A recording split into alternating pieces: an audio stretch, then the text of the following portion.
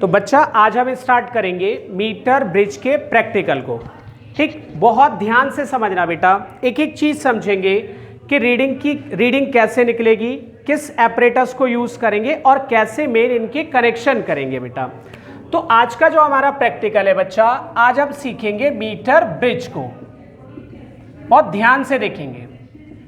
अब किसी भी प्रैक्टिकल को जब स्टार्ट करते हैं तो सबसे पहले उसका एम लिखा जाता है कि हमारा मोटिव क्या है, क्या हम चाहते हैं। ठीक, तो इसका जो एम है, we have to calculate unknown resistance, we have to calculate unknown resistance by using meter bridge. हमें अननोन रेसिस्टेंस निकालना है बच्चा, किसका इस्तेमाल करके? मीटर ब्रिज का इस्तेमाल करके। अब बच्चे एम के बाद में दूसरी चीज लिखते हैं कि इसके लिए आपने किस एपरेटस का यूज करा या क्या डिवाइसेस थी। तो देखते हैं बच्चा हमें किस किस डिवाइस की रिक्वायरमेंट है। देखेंगे, आप देख रहे हैं यहां पर ये लकड़ी का आपको बोर्ड दिखाई दे रहा है, ये है मीटर ब्रिज बेटा, ये मीटर ब्रिज है।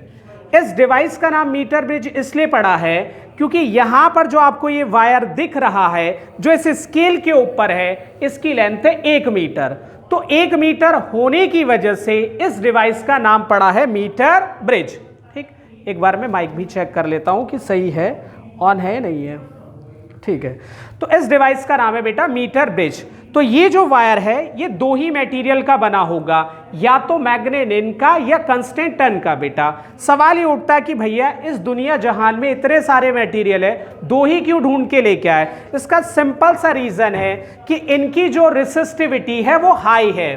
ठीक, इस वायर की जो रेसिस्टिविटी है वो हाई है और जो टेम्परेचर है बच्चा, या टेम्परेचर कॉफिशिएंट जो है, टेम्परेचर कॉफिशिएंट जो है वो लो है। अब आप लोग सोचेंगे कि भैया टेम्परेचर कॉफिशिएंट लो होने से फायदा क्या मिला? किसी भी कंडक्टर में ये होता है कि अगर आप टेम्परेचर बढ़ा रहे हैं तो रेसिस्टेंस भी बढ़ेगा, लेकिन अगर कहीं पर टेम्परेचर कॉफिशिएंट लो है, इसका मतलब वो मटेरियल टेम्परेचर पर डिपेंड नहीं कर रहा, या बोल सकते हैं कि उस मटेरियल का जो रेसिस्टेंस है टेम्परेचर की वजह से वेरी नहीं करेगा। इस वजह से बेटा हमने यहां पर मैग्नेन या कंस्टेंटन सिर्फ दो ही तरीके के वायर का इस्तेमाल करा। तो पहली डिवाइस तो है बेटा हमारी मीटर ब्रिज। दूसरा बेटा आप यहां पर एक बक्सा देख रहे होंगे, it is known as resistance box बेटा, और ये भी कंस्टेंटन कॉइल का बना होता है। इसके अंदर कंस्टेंटन कॉइल होती है बेटा, उससे ये बना होता है। ठीक, इसके हर की के सामने रेसिस्टेंस लिखा है, जैसे यहाँ 100 है। इस की को अगर मैं हटा दूंगा तो जो फंक्शन, जो रेसिस्टेंस वर्क कर रहा होगा वो 100 ओम का होगा। अगर इस वाली को हटा दूंगा तो यहाँ 50 ओम का। जिस की को आप हटाएंगे वो वाला रेसिस्टेंस काम में आ रहा होगा, मतलब वो यूज हो रहा होगा। ठीक, इसे यहां लगाना है। ठीक, दूसरा ये जो डिवाइस आप देख रहे हैं, इट इज द गैल्वेनोमीटर। किसी सर्किट में करंट की डायरेक्शन क्या है ये डिसाइड करता है, ये बताता है कि करंट किस डायरेक्शन में फ्लो कर रहा है। ठीक, ये जो तार आप देख रहे हैं, these are called connecting wires बेटा। ये कनेक्टिंग वायर्स हैं, ये मोटे रखे जाते हैं। इनका मोटा रखने का रीजन है रेसिस्टेंस जो है वो इनवर्सली प्रोपोर्शनल है एरिया के। तो एरिया जितना ज्यादा होगा रेसिस्टेंस उतना ही कम होगा। बहुत बार एग्जाम में पूछा जाता है कि जो ये मेटलिक स्ट्रिप आप यूज कर रहे हैं मीटर ब्रिज में, ये वाली, ये मेटलिक स्ट्रिप जो आप यूज कर रहे हैं, ये थिक क्यों बनाई जाती है? सिंपल सी बात है भाई, रेसिस्टेंस इनवर्सली है एरिया के। तो हम नहीं चाहते कि हमारे एक्सपेरिमेंट को ये जो फैक्टर है वो अफेक्ट करे किसी भी तरीके से, इसलिए इनको मोटा बनाया गया। ये जो आपको पेन की तरह ये दिखाई दे रहा होगा object, it is known as jockey. ये जॉकी है बेटा ये। ठीक, अब आते हैं नेक्स्ट चीज पे। ये है बेटा बैटरी। ड्राई सेल हमने यूज कर रखा है, इसके अंदर ड्राई सेल बैटरी है, टॉर्च में लगने वाले सेल जो है। This is the one way की। अगर यहां पर एक की है तो इसको बोलते हैं वन वे की, और अगर दो की होंगी that is known as two way key. ठीक, तो ये बेसिक चीजें मैंने आपको इसके बता दिए, फंडामेंटल। अब तीसरा आता है भैया प्रैक्टिकल, जब आप करते हैं कि आपने फॉर्मूला कौन सा लगाया और कैसे फॉर्मूला लगाया। तो भैया जी जो फॉर्मूला हम यूज करेंगे बहुत सिंपल है, देखेंगे जो फॉर्मूला हम यूज करेंगे, हमें S निकालना है, तो S बराबर होता है R 100 माइनस का L अपॉन L बेटा। Here S is the unknown resistance which we have to find out. S is the unknown resistance जो हमें निकालना है, R is the known resistance जो हमें पता होगा, L is the length, basically it is the null point, it is the null point. ठीक, अब सवाल ये उठता है भाई इतनी मशक्कत कर ली, रेसिस्टेंस किसका निकाल रहे हो, तो आपको यहां पर ये दिखाई दे रहा होगा ये वायर, इसका रेसिस्टेंस निकालना है हमें। अगर आपसे पूछा जाता है इसकी लेंथ कितनी है, सिंपल सा जवाब है 50 सेंटीमीटर स्टैंडर्ड है, मैंने मेजर्ड करके लगा रखी है 50 सेंटीमीटर। अब सबसे पहले डायग्राम बनाएंगे बेटा, डायग्राम के बाद हम प्रैक्टिकल को आसानी से कर सकते हैं। तो डायग्राम के लिए करना क्या है, मैंने यहां पर ये वुडन बोर्ड बना दिया, ये मीटर ब्रिज है, इसके दोनों तरफ एल शेप की मेटलिक स्ट्रिप्स होती हैं, अभी मैं आपको दिखा भी दूंगा, इधर भी और इसके इधर भी बेटा एल शेप की दो मेटलिक स्ट्रिप्स होती है, इनके बीच में ये मेटल है, यहां पर गैप दिया गया, जैसे पहला पॉइंट, ये दूसरा पॉइंट, फिर एक गैप, फिर पॉइंट है दो। ठीक, पहले वाले गैप में यहां पर कनेक्ट करते हैं बच्चा R B which is called resistance box, ये हमें पता होगा, इस रेसिस्टेंस को मैंने आर लिख दिया। यहां पर अननोन रेसिस्टेंस लिखते हैं जो हमें फाइंड आउट करना होगा S, it is the unknown, यही निकालना है बेटा, अननोन रेसिस्टेंस यही वाला निकाला जाएगा। ठीक, यहां पर हम गैल्वेनोमीटर को कनेक्ट करेंगे, ठीक, और यहां पर हमारे पास वायर होगा, इस वायर की लेंथ होगी 1 मीटर या 100 सेंटीमीटर। तो यहां से पॉइंट को कनेक्ट करा हमने गैल्वेनोमीटर के साथ, और गैल्वेनोमीटर को कनेक्ट करा हमने बच्चा जॉकी के साथ, यहां हमें N मिल जाएगा, N मींस नल पॉइंट, ये वाला पॉइंट है A, ये वाला पॉइंट है B, देखिएगा ये वाली लेंथ है 100, सॉरी ये वाली लेंथ है L, टोटल है 100, तो बच गया हमारे पास 100 माइनस का L बेटा। इस वाले पॉइंट से कनेक्ट करेंगे हम बैटरी के पॉजिटिव टर्मिनल को, ठीक, फिर बैटरी का नेगेटिव टर्मिनल कनेक्ट होगा की के साथ, और इसका दूसरा कनेक्शन होगा दूसरे वाले पॉइंट के साथ। ठीक, मेन दिक्कत जो आती है इसमें कनेक्शन जोड़ने में आती है, तो अब कनेक्शन जोड़ने को बहुत ध्यान से समझना, बड़ी तसल्ली से। ठीक, और बाकी हमारे साथ जो हमारे हेल्पिंग स्टाफ बोल सकते हैं, या जो हमारे कैमरामैन हैं, या जो इस पिक्चर के मेन डायरेक्टर हैं जिन्होंने फाइनेंस करा इसको, वो अपना फोकस थोड़ा कैमरे का यहाँ रखेंगे। ठीक है, ये नॉर्मल चीज़ें हैं बेटा, क्लास ही तो चल रही है, पिक्चर थोड़ी ना बना रहे हैं हम। ठीक है, और ध्यान से देखेंगे। तो सबसे पहले ये दो तार है हमारे पास में, इसको हमने कनेक्ट करा रेसिस्टेंस बॉक्स के पहले पॉइंट के साथ। तो सर थोड़ा फोकस बढ़ाइएगा इस पे, पहला कनेक्शन यहां पर, दूसरे पॉइंट का दूसरा कनेक्शन यहां पर बच्चा।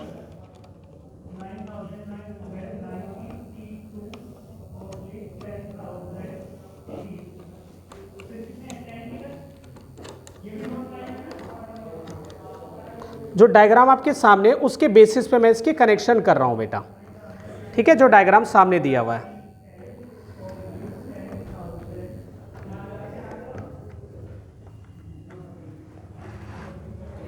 यहां रेसिस्टेंस बॉक्स कनेक्ट कर दिया, फिर आगे ये पॉइंट है, ये वाला पॉइंट है, इसके साथ मुझे गैल्वेनोमीटर को कनेक्ट करना है। तो गैल्वेनोमीटर को कनेक्ट करने के लिए बच्चा मैंने एक पॉइंट ले लिया, यहां से कनेक्टिंग वायर की हेल्प से गैल्वेनोमीटर को मैं जोड़ दूंगा।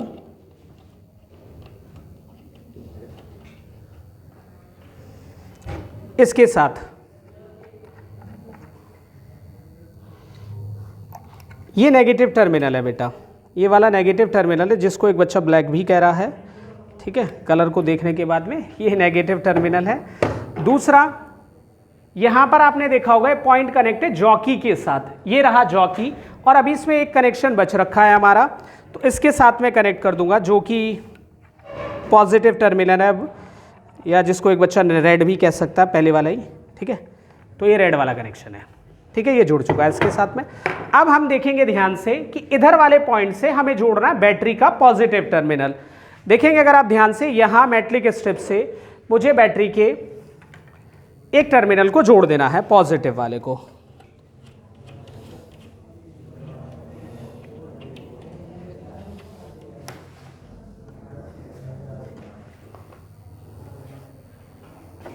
ये बैटरी का पॉजिटिव टर्मिनल, इसके साथ मैं इसे जोड़ रहा हूं।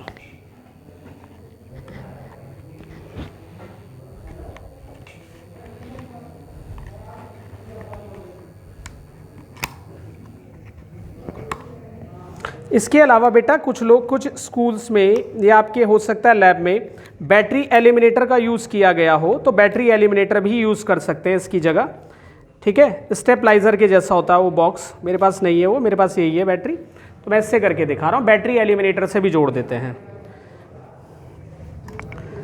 ठीक, अब इसके बाद जो दूसरा कनेक्शन होगा उसके लिए फिर से हमें कनेक्टिंग वायर चाहिए, क्योंकि इसका दूसरा पॉइंट जो है नेगेटिव वाला वो हमें वन वे की के साथ जोड़ना है। तो यहाँ से नेगेटिव वाले टर्मिनल को मैं वन वे की के साथ जोड़ दूंगा।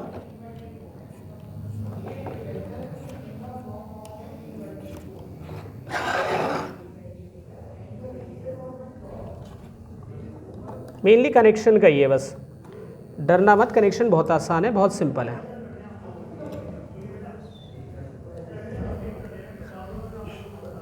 ठीक, अब इधर जो बच गया बेटा, यहाँ देखेंगे डायग्राम में कि इसका वन वे की का जो सेकंड पॉइंट है वो इसके दूसरे पॉइंट के साथ कनेक्ट है। तो यहाँ पर एक और पॉइंट बचा है हमारे पास में,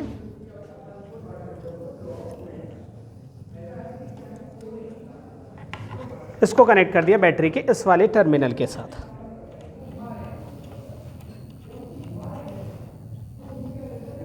ठीक, सारी चीजें लग चुकी हैं। अब डायग्राम को अगर हम देखेंगे तो उसके हिसाब से सब कुछ एडजस्ट हो चुका है बेटा। ठीक, इसको लगा दिया।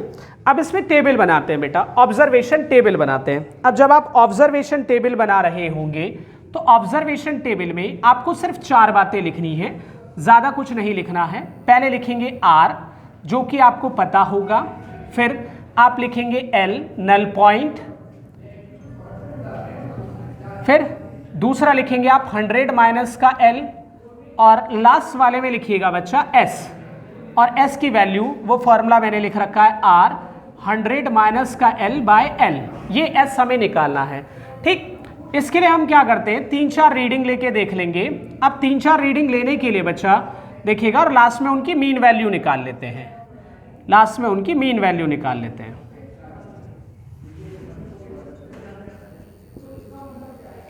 Mean value S1 plus S2 plus का S3 डिवाइड बाय 3, 3 वैल्यू के साथ में कर रहा हूं इसको। ठीक है, तो अब सबसे पहले भाई मुझे क्या करना है, मुझे देखना है कि क्या कनेक्शन सही हुए हैं या नहीं हुए हैं।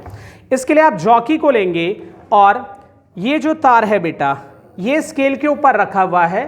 ठीक, इस स्केल की रीडिंग अगर आप देखेंगे 1 सेंटीमीटर से स्टार्ट होकर 100 सेंटीमीटर तक है। सबसे पहले देखते हैं कि डिफ्लेक्शन आ रहा है नहीं आ रहा है, हमने कनेक्शन जोड़ दिए हैं। ठीक,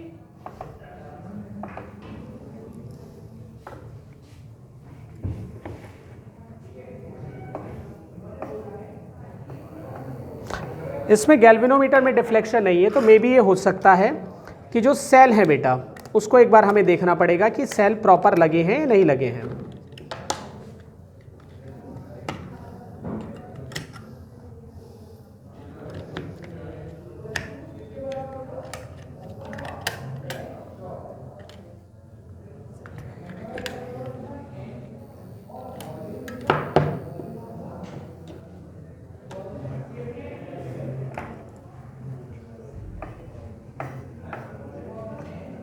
हो सकता है सेल ज़्यादा पुराने हो गए क्योंकि 2-3 साल से इन्हें यूज़ में नहीं लेके आए हैं।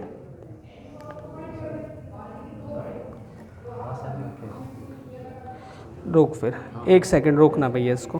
ठीक, तो अब सबसे पहले नई सेल लगने के बाद में पहले डिफ्लेक्शन देख लेते हैं। फोकस करिएगा सर कि डिफ्लेक्शन दोनों तरफ है या नहीं है।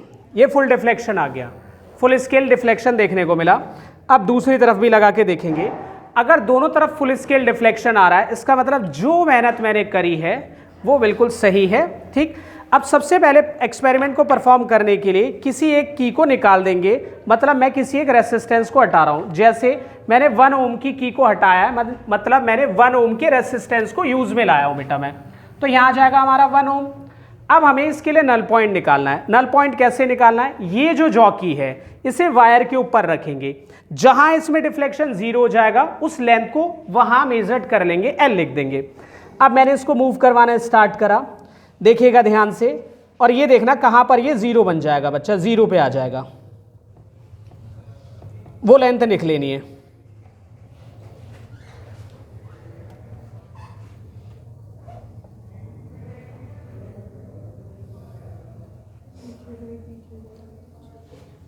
देखेंगे, फोकस करिएगा सर थोड़ा,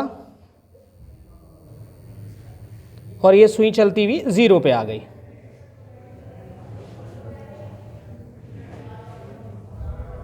जैसे गाड़ी एक्सेलेरेट करती है ना वैसे ही कर रहा है। हाँ, तो ये एग्जैक्ट आया बच्चा 50 पे। तो नल पॉइंट हमें मिला बच्चा 50 पे, ठीक, 50 सेंटीमीटर पे। तो ये वाला भी 50 हो जाएगा। अब मुझे एस निकालना है। एस निकालने के लिए मैं इस फॉर्मूले में वैल्यू रखूंगा 150/50, इससे से कैंसिल करा, ये 1 ओम आ गया। तो इस तरह से मेरी पहली रीडिंग जो आई है वो आई है 1 ओम बेटा। Same as it is second reading लेने के लिए एक और की को मैंने हटाया, तो पहले थी बच्चा मेरा 1 ओम, अब 2 ओम, तो टोटल रेसिस्टेंस जो मैं अब यूज में ला रहा हूं दैट इज 3 ओम। इस तरह से फिर से हम नल पॉइंट निकाल लेंगे। अब ये याद रखना कि अब जो नया नल पॉइंट होगा उसकी लेंथ इससे ज्यादा होगी। सवाल उठता है भैया ज्यादा क्यों होगी? क्योंकि R जो है वो डायरेक्टली प्रोपोर्शनल होता है L के। L का मतलब है लेंथ, ठीक। तो अगर रेसिस्टेंस बढ़ा है तो डेफिनेटली लेंथ भी बढ़नी ही बढ़नी है। फिर से वही प्रोसेस स्टार्ट करेंगे, इसको लेके आइएगा और देखेंगे कि किस पॉइंट पे। हमें इतना पता है कि अब जो नल पॉइंट मिलेगा वो 50 से आगे मिलेगा। तो कैलकुलेशन को बहुत ध्यान से देखेंगे। अब सुई देखो उठने लग गई थोड़ी, देखेंगे जैसे गाड़ी एक एक्सेलेरेट होती है, देखेंगे ध्यान से, ये देखेंगे, ये देखिएगा नल पॉइंट जो है वो आ चुका है हमारा 60 पे। तो अब की बार नल पॉइंट मिला बच्चा मुझे 60 पे, ये वाला हो जाएगा 40। फिर से कैलकुलेशन करनी है। फिर से जब कैलकुलेशन करेंगे अब की बार यहां फिर से वैल्यू रखेंगे 3 × 40/60, 0 से 0 कैंसिल, 3 से कैंसिल करा 2 टाइम्स, 2 से कैंसिल कर दिया 2 टाइम्स।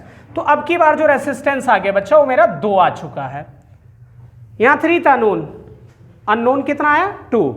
तो इस तरह से हम इस वैल्यू को निकाल सकते हैं। तीसरी एक्टिविटी करने के लिए, मतलब तीसरे प्रैक्टिकल के लिए, इससे फिर से एक की को और हटा देंगे। तो 1 2 3 2 5।